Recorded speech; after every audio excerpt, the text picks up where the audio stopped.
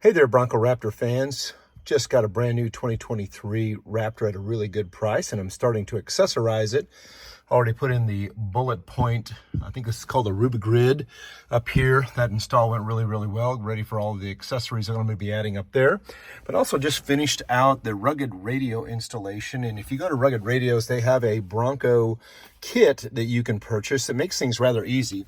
Comes with a plate right here that goes into the grab handle connections already, and then I bought the 41-watt waterproof radio in the really off chance that I ever fill this thing with water. Hope that doesn't happen, but at least my radio will still work. And this was rather an easy installation. I had all of my electrical stuff out, ready to put it on an upfitter switch and so on, but instead I followed the installation video. And actually it went really smoothly. And I think the biggest thing that I was worried about was getting through the firewall. So just to walk through that very quickly, there is a place on the Raptor, which is probably on all of the Broncos, right down in here on the driver's side. It's just a little, it's probably not a very good picture, but it's a little rubber fitting that you basically take out, cut a little slice through, and just bring the wires through it. So if you follow the instruction video from Rugged Radio, it's pretty easy. Actually got my hole a little larger than I would have liked to have been, but it worked out anyway.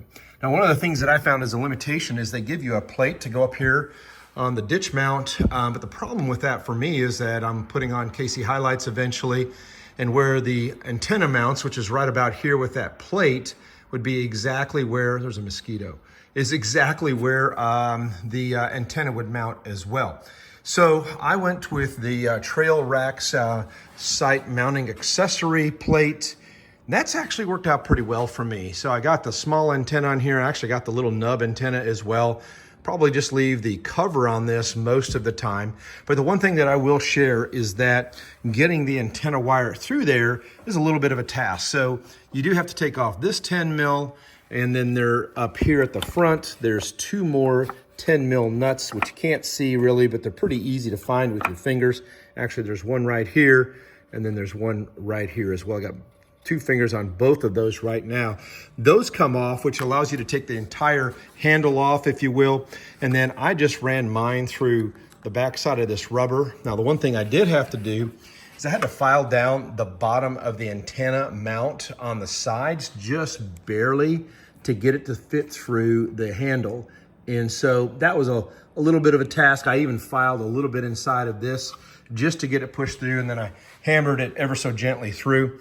The one thing that I haven't done yet is I haven't shortened my cable. I have it just bound up here. That's really not a good idea to bound your cable up like that. It can cause some interference with the antenna and its functioning.